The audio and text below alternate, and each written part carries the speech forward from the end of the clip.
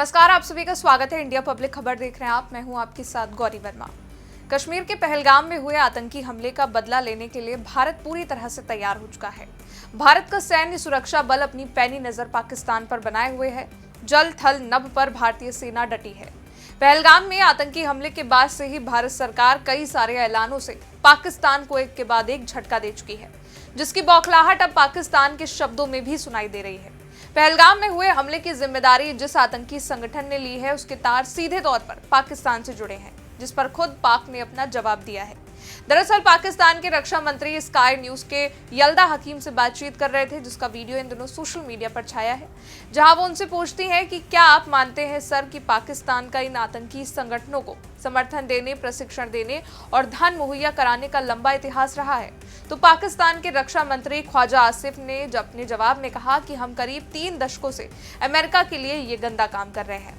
यही नहीं, भारत के कड़े फैसले पर भी पाकिस्तान ये कई बार कह चुका है कि वो भारत से लड़ने के लिए तैयार है, लेकिन पाकिस्तान ये भूल जाता है कि वो भारत की बात कर रहा है।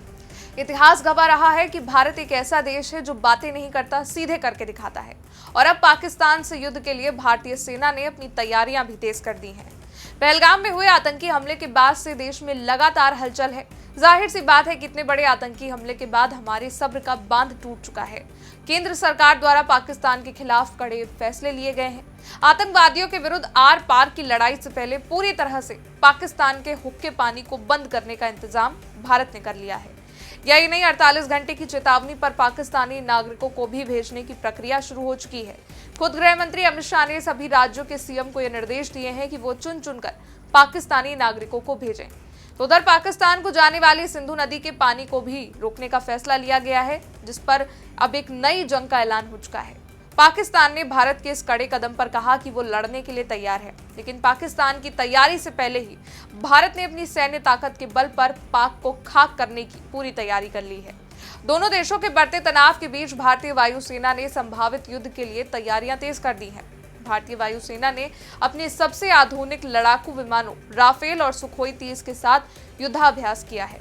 यह अभ्यास वायुसेना के मध्य सेक्टर में किया गया, जो रणनीतिक रूप से बेहद अहम माना जाता है। राफेल और सुखोई 30 जैसे घातक लड़ाकू विमानों की तैनाती ये दिखाती है कि भारत किसी भी स्थिति से निपटने के लिए पूरी तरह तैयार है। भारतीय वायुसेना ने सेंट्रल सेक्टर में एक्सरसाइज आक्रमण शुरू कर दिया है। ये युद्धाभ्यास बड़े स्तर पर किया जा रहा है। वायुसेना ने पूर्वी सेक्टर से भी कई संसाधनों को सेंट्रल सेक्टर में शिफ्ट किया, ताकि बड़े भूभागों जैसे मैदान और पहाड़ों में लड़ाई के लिए रियल टाइम अभ्यास हो पाए।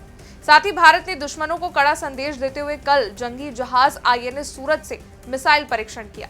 पाकिस्तान की ओर से फायरिंग ड्रिल शुरू करने के बाद भारतीय नौसेना ने स्वदेशी युद्धपोत क्षमता दिखा दी है। भारतीय नौसेना के नवीनतम स्वदेशी निर्देशित मिसाइल युद्धपोत INS सूरत ने पहली बार मिसाइल से समुद्र पार एक टारगेट को तबाह किया। पाकिस्तान भी बौखलाहट में अपने संसाधनों द्वारा युद्धाभ्यास कर रहा है, और वहीं अरब सागर में किए जा रहे युद्धाभ्यास से भारतीय नौसेना के स्टील्थ गाइडेड मिसाइल डिस्ट्रॉयर अपनी ताकत का लोहा मनवा रहे हैं।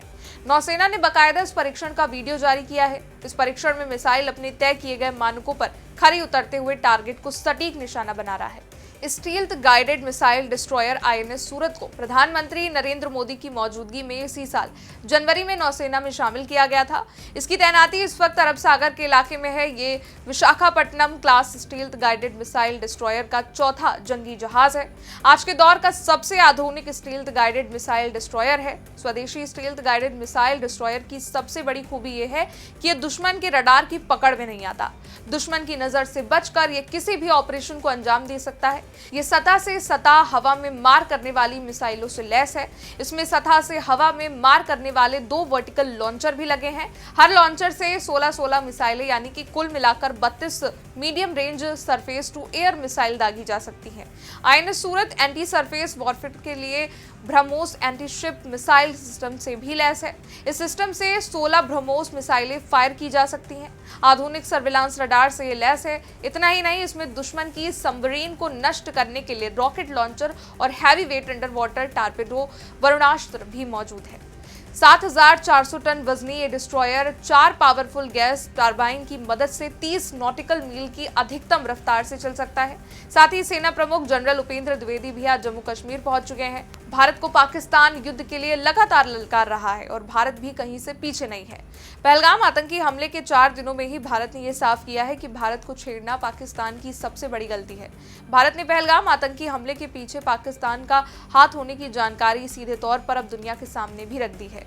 विदेश सचिव ने अमेरिका, ब्रिटेन, रूस, फ्रांस, चीन, जापान, जर्मनी जैसे देशों के राजदूतों को हमले की ब्रीफिंग दी। भारत के इस कूटनीतिक कदम से यह स्पष्ट हो चुका है कि अब केवल प्रतिक्रिया नहीं बल्कि कार्रवाई की तैयारी है। सोचने वाली बात यह है कि अगर भारत और पाक के बीच ये जंग होती है तो कौन से देश किसके साथ होंगे। अगर भारत और पाकिस्तान के बीच ये जंग के हालात बनते हैं तो भारत को 2 फ्रंट पर लड़ना पड़ सकता है, क्योंकि चीन लगातार पाकिस्तान के साथ दोस्ती का हाथ बढ़ाता आया है।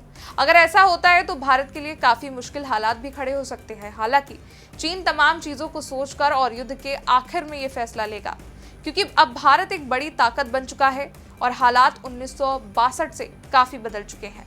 अगर इतिहास पर नजर डालें तो चीन ने पाकिस्तान के लिए भारत से भिड़ना सही नहीं समझा है। 1965 और 1971 की जंग में हर किसी को इस बात का डर जब सता रहा था कि कहीं चीन भी दूसरी तरफ से वार न कर दे, तब ऐसा नहीं हुआ था।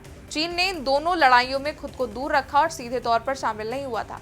हालांकि इसके बाद में चीन और पाकिस्तान के बीच दोस्ती गहरी हुई है और अब हालात कुछ और हो सकते हैं। देखा जाए तो ज्यादातर बड़े देशों से भारत के रिश्ते काफी अच्छे हैं।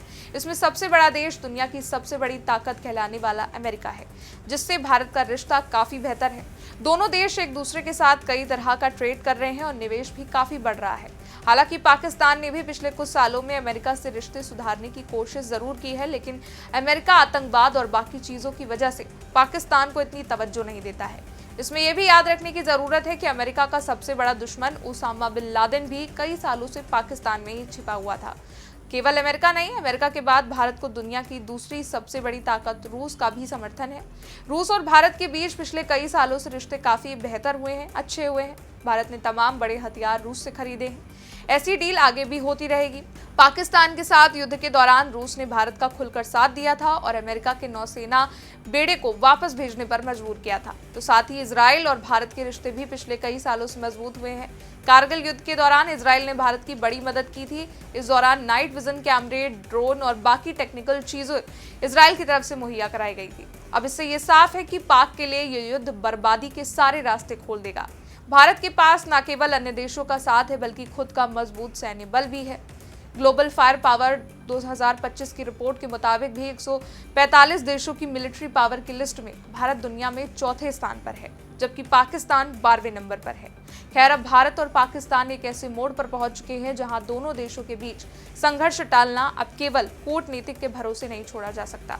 भारत की राजनीतिक, कूटनीतिक और सैन्य तैयारी इस ओर इशारा कर रही है कि अगर पाकिस्तान ने अपनी हरकतों को नहीं रोका तो ये टकराव बहुत जल्द महायुद्ध का रूप ले सकता है।